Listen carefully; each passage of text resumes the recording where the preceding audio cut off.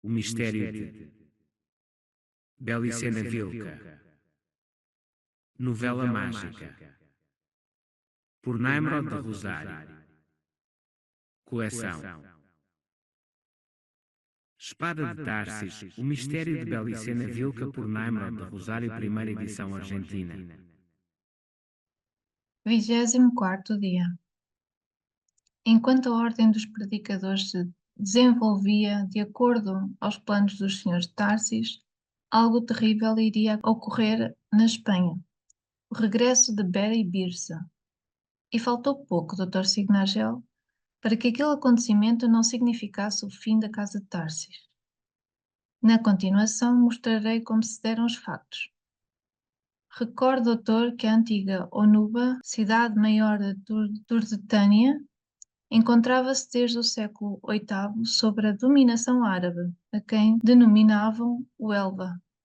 No ano de 1011, era cabeça de um dos reinos de califas, sendo o seu primeiro soberano Abu Zaid Mohammed ben Ayyub, seguido de Abul Mozab Abdalaziz.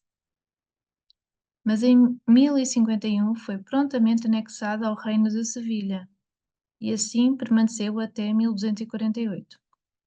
Como já expliquei, durante estes séculos de ocupação árabe, a Casa de Tarsis sobreviveu sem problemas e alcançou um notável poderio económico.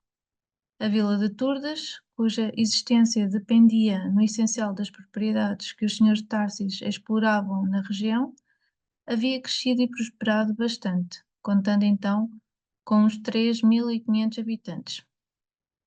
Fora o núcleo direto da família de Tarsis Walter, que habitava a residência senhorial e se compunha de uns 50 membros, viviam na vila de Turdes várias famílias da linhagem da Casa de Tarsis, mas linhagens sanguíneas colaterais. Assim, pois, no ano de 1128, quando Bera e Birsa celebram o Concílio Golan de Monzon, o reino de Huelva estava subordinado ao califa de Sevilha. O rei de Leão e Castela, Fernando III, o Santo, reconquista Sevilha em 1248, mas morre ali mesmo em 1252. O seu filho Alfonso X, o Sábio, completa a campanha conquistando em 1258 o Algarves e as praças de Niebla e Huelva. Deu ao rei esta região como dote da sua filha natural Beatriz, quem a uniu à coroa de Portugal ao casar-se com Alfonso III. Como tal anexo lesava os direitos antiquíssimos que a Casa de Tarsis teria sobre a região, a coroa de Portugal compensou ao cavaleiro Odielon de Tarsis Walter com o título de Conde de Tarceval. Em verdade, no escudo de armas que Portugal entregou à Casa de Tarsis, achava-se inscrita a legenda Con Tars e Val, com a que se abreviava o título Conde de Tarsis e Walter. Depois a leitura direta da legenda terminou por aglutinar as sílabas da abreviatura e formar aquela palavra Tarseville, que identificou a Casa de Tarsis nos séculos seguintes. O desenho daquele brasão foi o produto de uma árdua negociação entre os Odialon e os heraldos portugueses, na qual o novo conde impôs o seu ponto de vista apelando à diferença da língua e a uma explicação detalhada dos emblemas solicitados. Supondo que na antiga Lusitânia nada recordavam já sobre a Casa de Tarsis, reclamaram da gravação de muitos dos símbolos familiares no escudo de armas. E eles foram aceitando assim a presença dos galos como representação do Espírito Santo à direita e à esquerda das armas de Tarsis. Ao barbo, unicórnio, animal quimérico, como o símbolo do demónio que rodeia os portões da Casa de Tarsis, a fortaleza que rodeia a Casa de Tarsis como equivalente à antiga Casa de Tarsis, aos rios Odiel e Tinto como próprios do país e necessário para definir a cena, etc. Finalmente incluíram a imagem da espada sábia, como expressão da Senhora, a Virgem da Gruta, a que os cavaleiros de Tarsis estavam consagrados. Sobre a folha, os heraldos gravaram o grito da guerra dos senhores de Tarsis, Honore Mortes.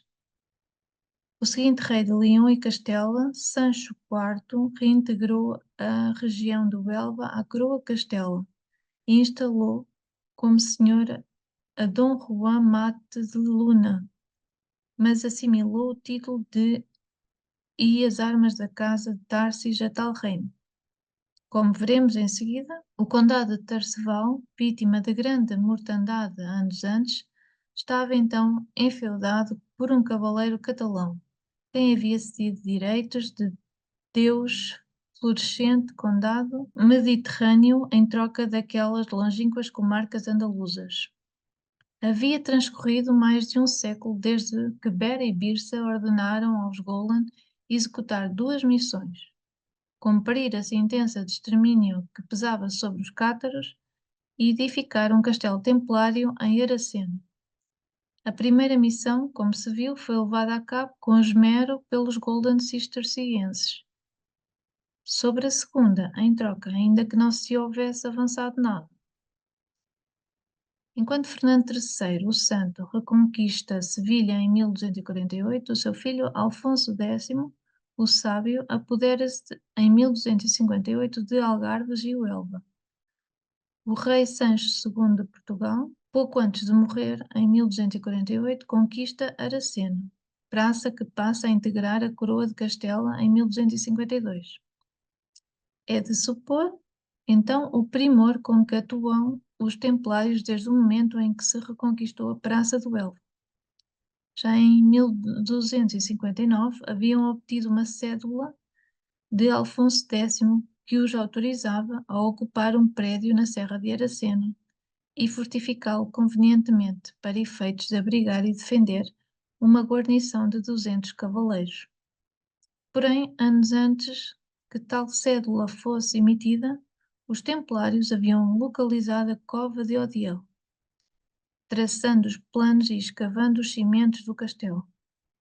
Toda a cadeia de Aracena ficou por vários anos sob o controle templário, incluindo o povo de Aracena e várias aldeias menores. Mas os membros do povo eleito, que acompanhavam aos templários nessa empreitada, não vinham a um lugar desconhecido. O nome de Aracena, em efeito, procede da raiz hebraica Arai, que significa montanhas, sendo Arunda a montanhosa, sinônimo de Aracena. Esta curiosa etimologia não tem nada de misteriosa se pensar que a aldeia foi fundada pelos comerciantes judeus que viajavam com os fenícios durante a ocupação de Tarsis, 1000 anos antes da era atual. Logo foi chamada de Arcilasis por Ptolomeu, Arsena pelos gregos e Verato, que resistiu nela às legiões romanas, a dominava Erisana. Para os árabes foi Darazan, e por causa da horrível comida que os sarracenos fizeram quando os cristãos tomaram por assalto a vila, a Caracena Moura. A partir de 1259, despacharam-se tropas até Aracena desde muitos lugares da Espanha e da França, de sorte que, durante a construção do castelo, permaneceram acampados 2000 cavaleiros assistidos por 3000 irmãos serventes.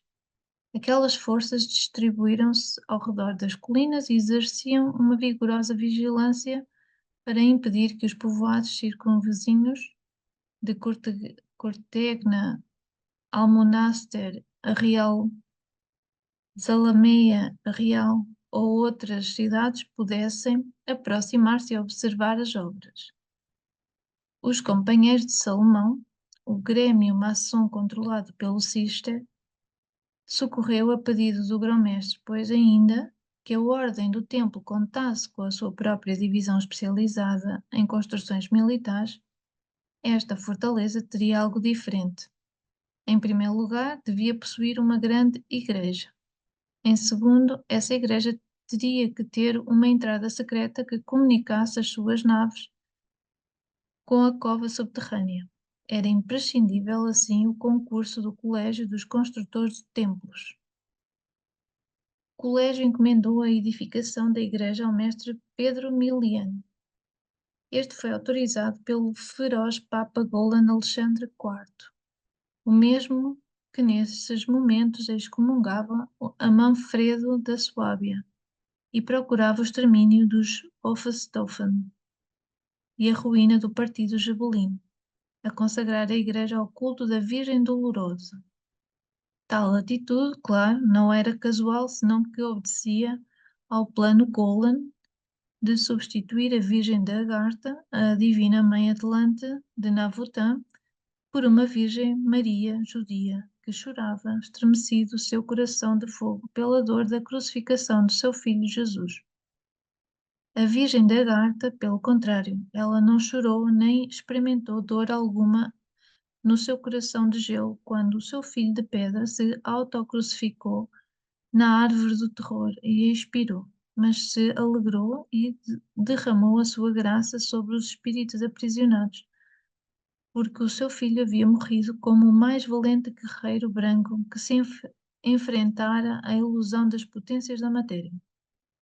A celebração do culto da Virgem da Dor foi instituída, como não poderia deixar de ser, pelo inefável Papa Golan Inocêncio III, ao introduzir a sequência Sabbat Mater na Missa das Dores, da Sexta-feira da Paixão de Cristo.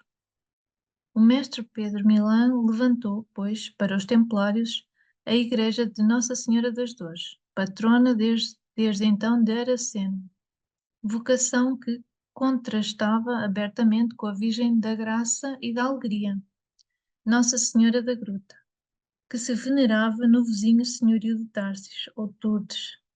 Quando o templo estava terminado, depositou-se no seu altar a imagem da Nossa Senhora da Dor Maior, que ainda se conserva, e recebeu de Urbano IV a hierarquia do priorado da Ordem do Templo. Paralelamente, trabalhava-se febrilmente na construção do castelo, ao lado, junto à igreja, a 700 metros de altura, cercando com muralhas e com fosso uma praça adjacente a uma torre gótica.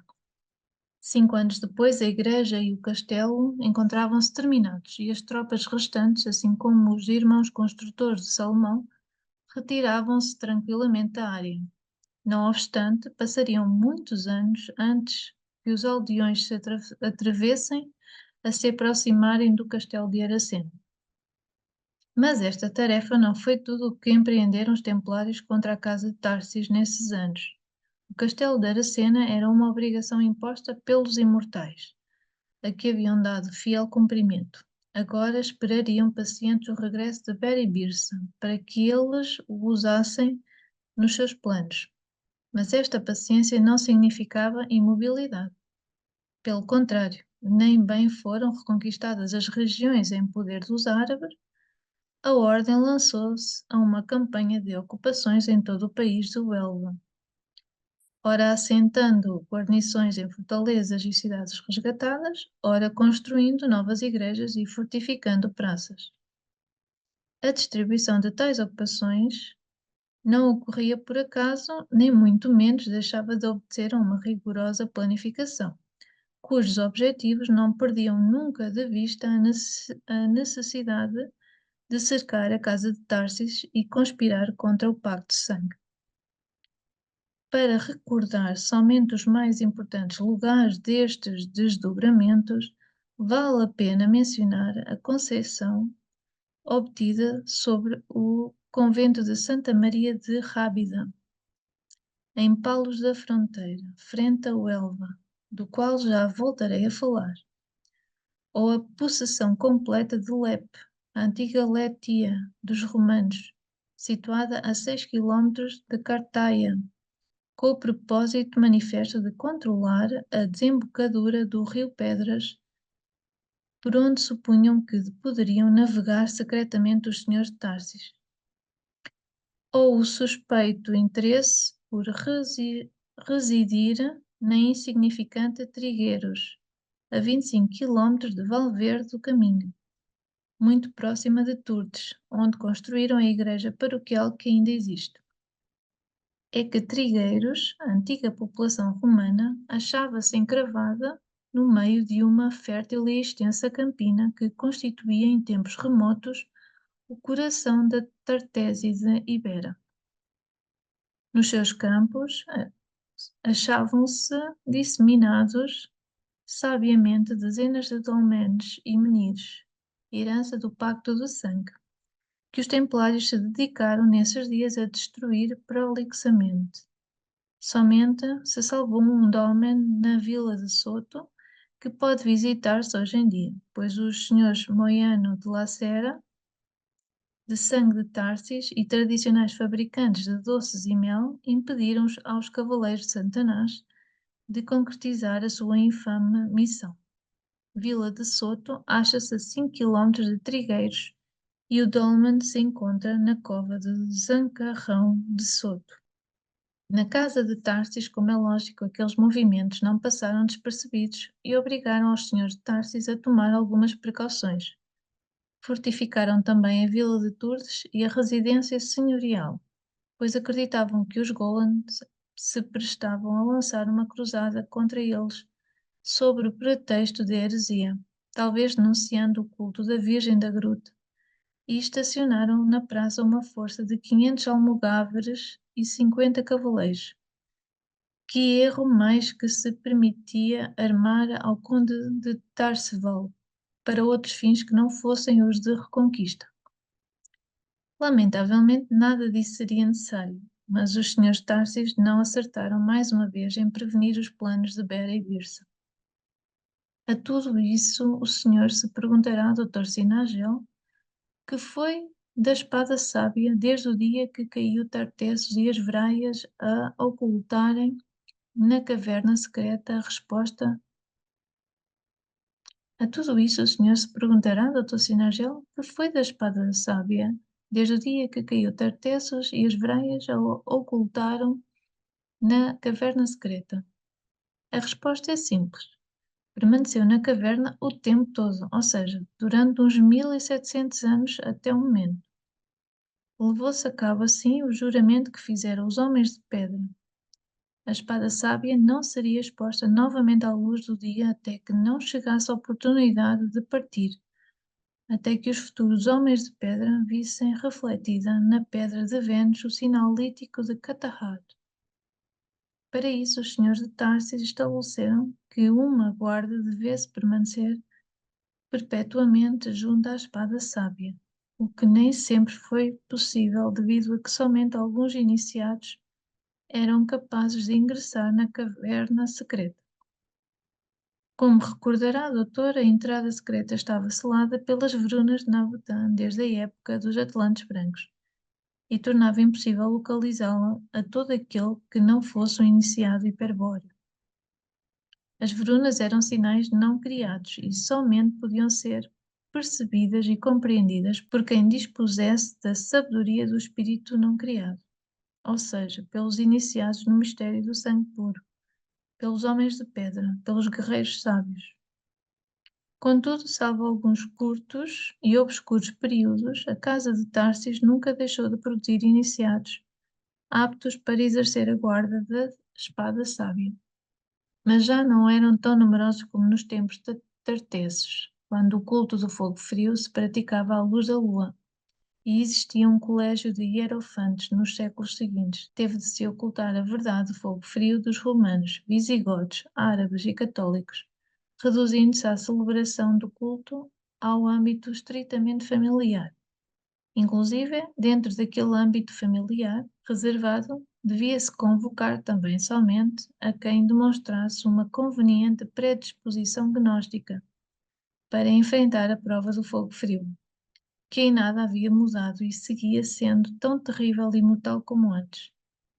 Salvo estes períodos que mencionei, durante os que não houve nenhum membro da Casa de Tarsis capaz de ingressar na caverna secreta, o normal era a formação mínima de 2 iniciados por século, nas piores épocas, e de 5 ou 6 nas mais prolíferas.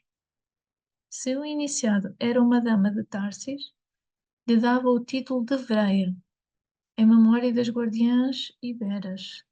Se fosse um cavaleiro, o denominava Noio, que havia sido o nome, segundo os Atlantes brancos, dos pontífices hiperbóreos que na Atlântida custodiavam o Ark, ou seja, a pedra base da escadaria infinita, que eles sabiam construir e que conduzia até a origem. É óbvio que, para cumprir com o juramento dos homens de pedra, os noios e as veraias tinham de se converter em ermitãos, ou seja, tinham de alojar-se na caverna secreta e permanecer todo o tempo possível junto à espada sábia. E ninguém poderia servi-los, porque ninguém, além deles, poderia entrar na sua morada. Mas aquela solidão carecia de importância para todos os iniciados. A renúncia e o sacrifício que exigia a função de guardião da espada sábia era considerado uma alta honra pelos senhores Tarsis. De acordo ao referido por quem havia entrado e saído da caverna secreta, o trabalho realizado durante tantos séculos, pelos iniciados que ali permaneceram, havia dotado o lugar de algumas comodidades. Em efeito, ainda que desde o início se convencionou em não introduzir objetos culturais, o certo é que noios e vreias foram talhando pacientemente a pedra da caverna e modelaram cadeiras, leitos, altar e uma representação da deusa do fogo frio. E em frente ao rosto de Pirena ardia uma vez mais a chama da lâmpada perene. Mas o rosto da deusa não surgiu agora de um menino, mas estava esculpido sobre uma gigantesca estalagmite verde. Tampouco existia um mecanismo que fizesse abrir os olhos, já que estes haviam sido profundamente escavados e estavam sempre abertos, prestes a revelar aos iniciados a negrura infinita de si mesmo. Frente ao rosto jazia o altar, que consistia numa coluna cúbica arrematada por 2 níveis. A superfície do nível superior chegava ao nível do queixo da deusa e sobre ele havia um furo vertical em que se introduzia a empunhadura da espada sábia até o arriaxe, de modo tal que a mesma ficava parada e alinhada com o nariz da deusa, como se fosse um eixo de simetria do rosto. Deste modo, a pedra de Vênus, que estava engastada na cruz da empunhadura, aparecia no centro da cena, disposta para a contemplação. Na superfície do degrau inferior, sobre o nível da empunhadura, achava-se depositada a lâmpada perene. Aquele setor da caverna secreta tinha a forma de nave semisférica, estando a estalagmite com o rosto de Pirena num extremo próximo à parede de pedra. Esta parecia rajada de lava e sais, enquanto que o teto se apresentava eriçado de estalactites esverdeadas. O piso, ao contrário, havia sido cuidadosamente limpo de protuberâncias e nivelado, de maneira tal que era possível sentar-se comodamente em frente ao rosto da Pirena e contemplar assim mesmo a lâmpada e a espada sábia com a pedra de Vênus. Os alimentos necessários para subsistir os provinham os senhores Társis, mantendo sempre cheia a despensa de uma capela que existia ao pé do Cerro da Candelária. Tal capela, que fora construída nos fins assinalados, permanecia fechada a maior parte do ano e somente era visitada pelos senhores Társis, que ali iam orar na maior solidão. Aproveitavam então para depositar os víveres num pequeno quarto traseiro, cuja única porta dava à ladeira do cerro. Até ali baixavam furtivamente, preferencialmente pela noite, várias vezes por ano os iniciados para prover-se de alimentos. Normalmente achavam um burro de carga num curral contíguo, com o qual carregavam os volumes até à entrada secreta e a que logo deixavam livre, dado que o animal regressava mansamente ao seu lugar. Mas noutras ocasiões os senhores Tarsis aguardavam na capela semanas inteiras até que coincidia uma daquelas visitas noturnas. Então, no meio da alegria do reencontro, os noios ou vraias recebiam notícias da casa de Tarsis. Indagavam especialmente sobre os jovens membros da família, se algum deles se preparava seriamente para a prova do fogo frio e se havia possibilidade de que pudesse superá-la. Nada preocupava mais aos homens de pedra e às damas Calibur que não serem eles substituídos por outros iniciados, que a espada sábia ficasse sem custódia. Os senhores de Tarsis, por sua vez, inquiriram a Noias e Vreias sobre as suas visões místicas. Não se havia manifestado ainda o sinal lítico de Catahar? Haviam recebido alguma mensagem dos deuses libertadores? Quando? Oh, deuses! Quando chegaria o dia da batalha final? Quando a guerra total contra as potências da matéria? Quando abandonariam o universo infernal? Quando a origem? Sempre havia ocorrido de maneira semelhante. Até então. Porque desde que o castelo de Aracena foi terminado, a algumas dezenas de quilómetros de Cerro Canelária, um halo de ameaça pareceu estender-se por toda a região. Houve, pois, que extremar as medidas de precaução para abastecer a caverna secreta, e se reduziram ao mínimo os encontros com os iniciados ermitãos. Na época habitavam 3 iniciados na caverna secreta. Uma anciã, Vraia, mulher de mais de 70 anos, que durante 50 anos jamais abandonou a guarda.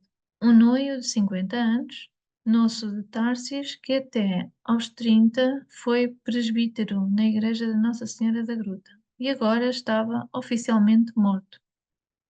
E um jovem noivo de 32 anos, Godo de Társis, que cumpria a função de trazer as provisões à caverna secreta.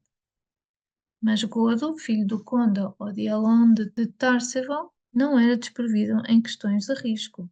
Levado desde menino à Sicília por um dos cavaleiros aragoneses que serviam na corte de Frederico II, foi pajem no palácio de Palermo e logo escudeiro de um cavaleiro teutónico da Terra Santa. Nomeado por sua vez cavaleiro, aos 20 anos ingressou na Ordem dos Cavaleiros Teutónicos e lutou 5 anos na conquista da Prússia.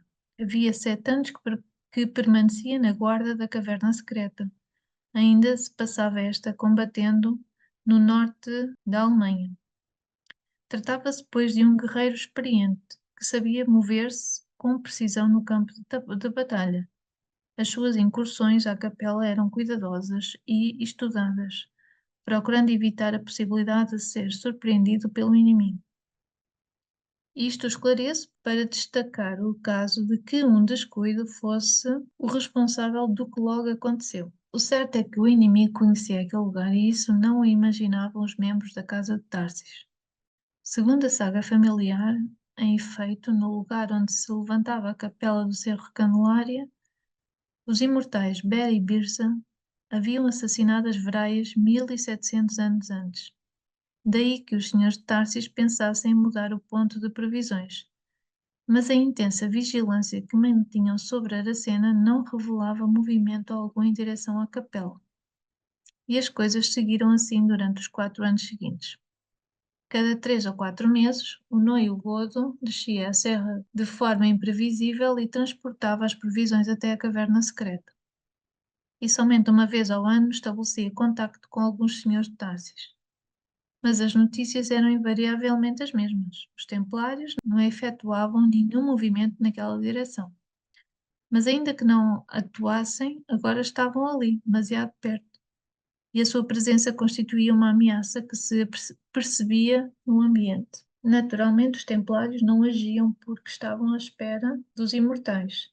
E aqueles finalmente chegaram, 140 anos depois do assassinato do Lupo de Tarsis na fortaleza de Monzon. Um barco da Armada Templária proveniente da Normandia os desembarcou em Lisboa em 1268 junto ao abade de Claraval, o grão-mestre do templo, e uma tropa de 15 cavaleiros. O grão-mestre explicou à rainha Beatriz que a expedição teria por destino o castelo de Aracena, onde se iria nomear um provençal, obtendo todo o seu apoio e a consequente autorização do rei Alfonso III. A presença de Beri e Birsa não foi notada ali porque simulavam ser irmãos serventes e vestiam como tais. Dias depois, os viajantes tomavam a antiga carreta romana que ia de Olísipo, Lisboa, a Hispalis, Sevilha, e passava por Corticata, Cortegana, a poucos quilómetros de Aracena. Já em Eracena, os imortais aprovaram o trabalho feito pelos Templários quanto à edificação do castelo. No interior da igreja, no piso da abasida, estava a entrada do alçapão que comunicava com a cova de Odiel. Na verdade, a cova não se achava exatamente abaixo da igreja, mas que havia de se chegar a ela por um túnel, ao que se subia por uma escadaria de madeira desde o abside. Mas Bera e Birsa passaram por alto os detalhes da construção, pois o seu interesse maior radicava na cova. A exploraram palmo a palmo durante horas, falando entre eles numa linguagem estranha que os seus 4 companheiros não se atreviam a interromper. Esses eram o abade de Claraval, o grão-mestre do templo, ambos Golan, e 2 preceptores templários, experientes na língua hebraica, ou seja, 2 rabinos, representantes do povo eleito. Ao parecer, a inspeção havia dado resultados positivos. Isso adivinhavam pelas expressões dos imortais, pois estes eram sumamente parcos em tudo o que se referia à cova e à sua presença ali. Em todo o caso, somente fizeram um pedido, que se adaptasse a certa forma simbólica que descreveram com precisão o espelho de um pequeno lago subterrâneo, o qual estava nutrido por um fio de água de ínfimo caudal. Também se devia interromper momentaneamente aquele afluente, desviando o canal feito pela erosão que o alimentava, e havia que distribuir em determinados lugares em torno do lago 7 candelabros menorá. Se gostou deste conteúdo, subscreva o canal. Força e honra, camarada!